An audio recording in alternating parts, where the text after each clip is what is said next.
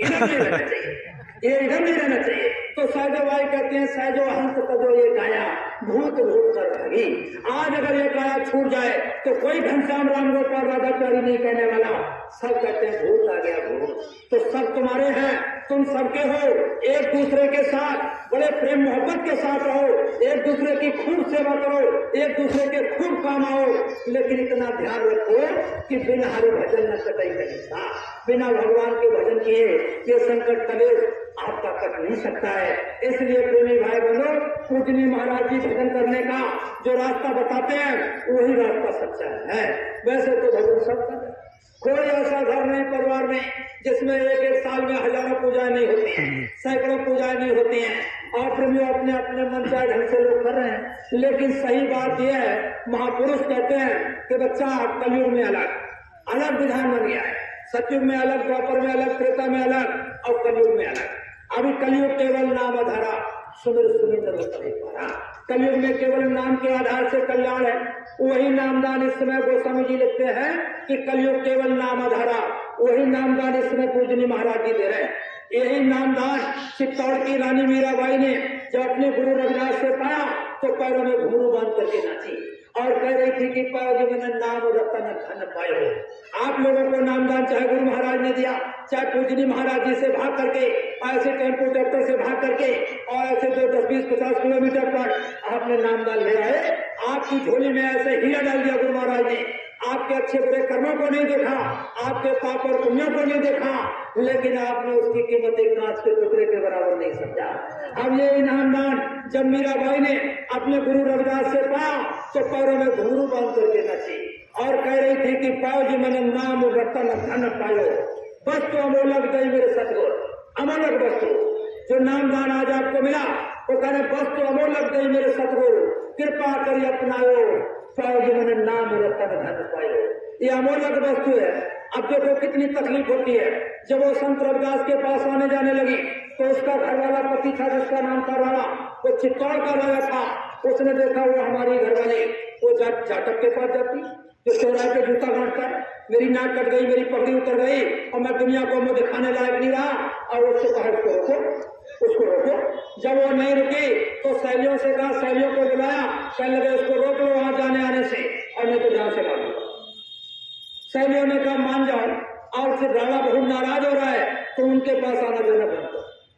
सब यही कह रहे कि हृदय भीतर धौ जले, मीराबाई कह रही है कि हृदय भीतर धौ जले, जब धुआं न प्रगट होए और जाके लागी सो लखै क जिन्ने लगाई होए। इसमें तो आग लगी है, या तो जिसके लगी है वो जाने या जिसने लगाई है वो जाने। और सच्चे गुरु की सच्ची यारी नर संसारी क्या जाने। संसार के लोग इस पीड़ा को, इस दर्द को क्या समझ सकते हैं। जब नहीं माने तो जहर का इंतजाम किया गया, जहरीले सर्पों को छोड़ दिया गया, एक कमरे में बंद कर दिया गया, जहरीले सर्पों को छोड़ दिया गया। सुबह जब कुंडी खोली तो सबके सब सर्प केचुआ बन गए। क्यों? गुरु राजी तो करता राजी, काल कर्म की चले न बाजी, गुरु प्रसन्न सब जग उठे और कोई भी उसका रोन न टूटे, तासे गुरु को ले रिझाई। ये भक्त के गुरु हैं, ये भक्त के महापुरुष हैं, तासे इनको ले रिझाई और गुरु ना रीझे तो होए ना भलाई। गुरु अगर राजी नहीं है तो फिर भलाई आपको दूसरा किसी से होने वाली नहीं है। तो तुमने जहर का प्याला तैयार कर दिया, जहर से कुछ नहीं हुआ तो जहर का प्याला, जहरीले सर्पों से जब कुछ नहीं बना तो जहर का प्याला पी लिया, जहर का प्याला हाथ में दे दिया और पीने की तैयारी करने लगी तो उसी समय गुरु प्रकट हो गए और कह रहा मीरा तू जहर को पीने जा रही और हमको कहने याद कर रही है, हमको याद करके दे। कहने लगे हजूर ये जहर है, जहर में आपका भोग कैसे लगा दूं? ये कोई रुआवजा का शरबत नहीं है, ये 56 प्रकार का भोजन नहीं है जो आपका भोग लगाऊं, ये तो जहर है जहर। अरे कहने लगे पगली वो 56 प्रकार के भोजन में मेरा हिस्सा हो सकता है तो क्या जहर में नहीं है? और रुआवजा के शरबत में मेरा हिस्सा हो सकता है तो क्या जहर में नहीं है? जहर तो गुरु महाराज ने साफ किया तो अमृत बन गया था जो मीरा ने पान किया। तो आप ऐसे इतिहास करो, 3 लोक 9 खंड में गुरु से बड़ा न कोई, करता करे न कर सके गुरु करे सो होए। तो तुम्हें नामदान आपको मिल गया बड़ा आसानी से, बड़ी आसानी से मिल गया, गुरु महाराज की दया हो गई। तो आप सब लोग करना बिना नागा किए हुए सिमरन, ध्यान और भजन तौर तरीके से करना। सुमरन ध्यान भजन नए साल की शुरुआत में, 2023 की शुरुआत में, और नए जोश के साथ, नई उमंग के साथ, नए संकल्प के साथ, नई शुरुआत के साथ शुरुआत करना। क्योंकि रामायण के 8वें 9वें पन्ने पर 105 में लिखा है कि बार मते होत घृत सिकता से बरु तेल, और बिन प्रभु भजन न भवत रहे, ये सिद्धांत तेल। बालू के मथने से, पानी के मथने से घी तेल निकल सकता है, ये असंभव हो सकता है, लेकिन बिना भगवान के भजन किए जीवात्मा का कल्याण नहीं। ये भजन का रास्ता गुरु महाराज ने दिया।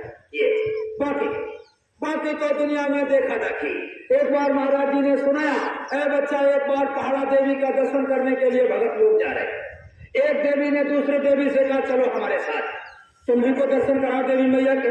कल लगे हमारी तबीयत ठीक नहीं है, कल अगर देवी कृपा होगी तो सब ठीक हो जाएगी, चलो हमारे साथ। वो भी थाल को सजा करके, फूल बतासा धूप अग्यारी सजा करके, और तुम्हें ज्योति जला करके वो भी चल रही पहाड़ों वाली देवी का दर्शन कर।